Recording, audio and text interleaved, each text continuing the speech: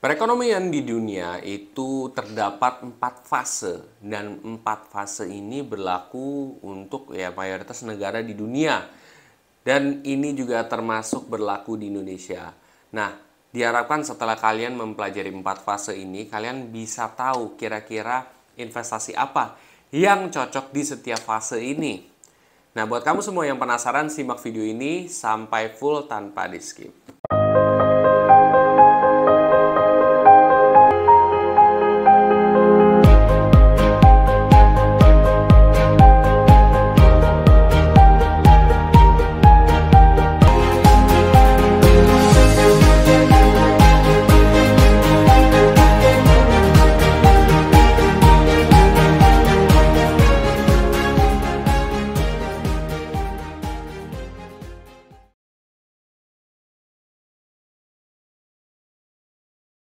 Oke, jadi gue akan menjelaskan 4 fase perekonomian yang ada di dunia juga. Yang pertama, itu adalah fase di mana keadaan pertumbuhan ekonomi naik, inflasi turun. Nah, keadaan fase pertama ini adalah keadaan pertumbuhan ekonomi lagi naik. Artinya si pemerintah ini berusaha untuk supaya transaksi bisnis, penghasilan masyarakat itu udah mulai meningkat. Yang tadinya mungkin lagi turun. Lu ambil contoh misalkan keadaan COVID kayak gini. Waktu awal kan keadaan ekonomi kita tuh semrawut banget kan. Ancur-ancuran tuh habis-habisan. Yang dilakukan pemerintah adalah ngasih beberapa kebijakan-kebijakan yang supaya bisnis itu bisa beroperasi lagi. Gitu ya. Kayak misalkan kebijakan-kebijakan ada jam operasi dari jam segini sampai jam sekian. Padahal sebenarnya di negara-negara lain itu dia kayak ya udah totally lockdown. Ini begini. Nah, itu supaya perekonomian juga tetap jalan. Nah, perekonomian jalan, bisnis jalan, semuanya kan jadinya masih oke gitu. Karena kalau misalkan di fase-fase susah kayak gini, banyak orang yang dipecat dan lain sebagainya, itu tentunya akan merugi ke negara juga gitu. Meruginya ya berarti negaranya jelek gitu loh.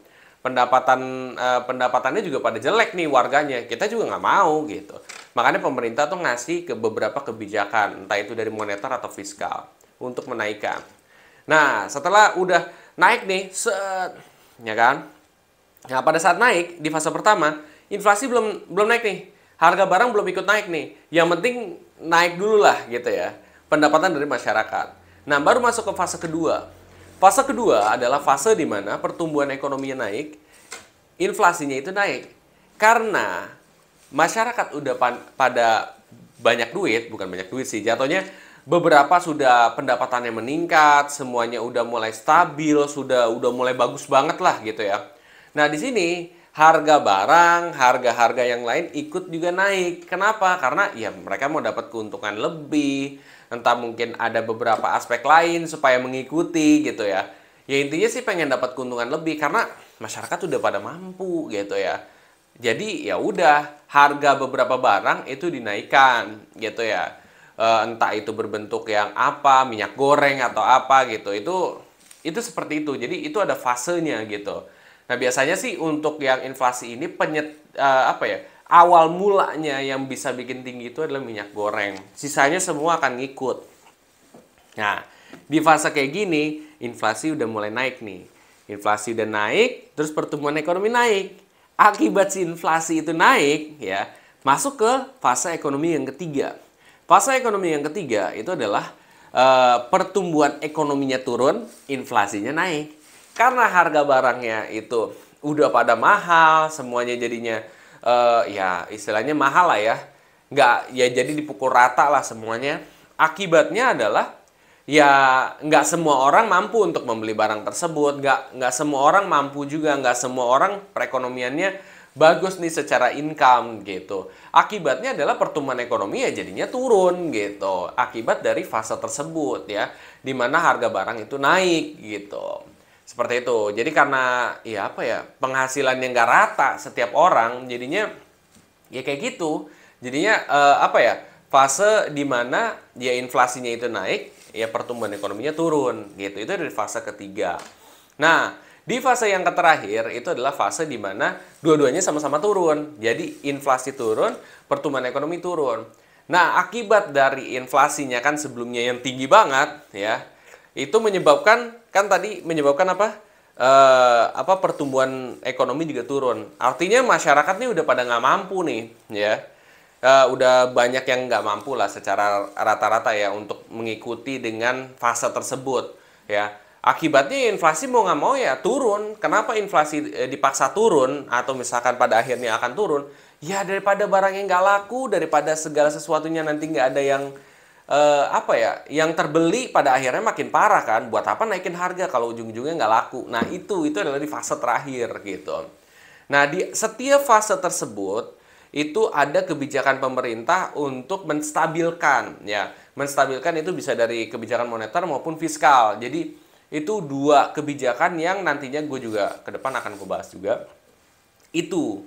Nah, di samping kayak gitu, sebenarnya yang gue pengen maksudin itu adalah di setiap fase tersebut ada beberapa investasi yang sebenarnya diuntungkan gitu. Jadi lo harus bisa baca gitu dari beberapa yang gue jelasin tadi, ada fase yang diuntungkan. Ya, seperti apa? Misalkan ketika eh inflasinya naik, apa yang akan terjadi? Oh, suku bunga dinaikkan ya. Kalau suku bunga dinaikkan, berarti yang diuntungkan adalah misalkan deposito, misalkan obligasi kan jadinya turun. Itu jadinya lu bisa baca pattern itu untuk sebagai seorang investor. Terus apalagi misalkan kripto, akibat dari obligasi turun, apa yang akan terjadi? Gitu. Jadi lo bisa nangkap signal itu. Untuk pindah dari satu fase ke satu fase lain, biasanya itu membutuhkan waktu. Bisa beberapa bulan, 6 bulanan, bisa jadi 1 tahun, bisa jadi beberapa bulan. Nah, di antara fase-fase itu, lo bisa ngambil investasi yang sebenarnya menguntungkan. Nah, ini trik tuh. Itu aja sih. Mungkin nanti di video selanjutnya gue akan coba ngejelasin yang berbeda lagi gitu ya. Entah itu kebijakan moneter atau fiskal yang mana kalian bisa, ya istilahnya apa ya, financial hack lah ya untuk hal ini, seperti itu. Bila mana setelah ini kalian merasa informasi ini sangat bagus banget untuk di-sharing ke teman-teman kalian yang lain, lo bisa share aja ke sobat investor yang lain. Dan buat kamu semua yang punya opini kira-kira tema yang bagus selanjutnya apa, kira-kira yang pengen dibahas apa, kalian bisa komen aja di kolom komen di bawah ya. Kalian juga bisa share juga supaya kalian banyak melakukan manfaat juga dengan sharing ya.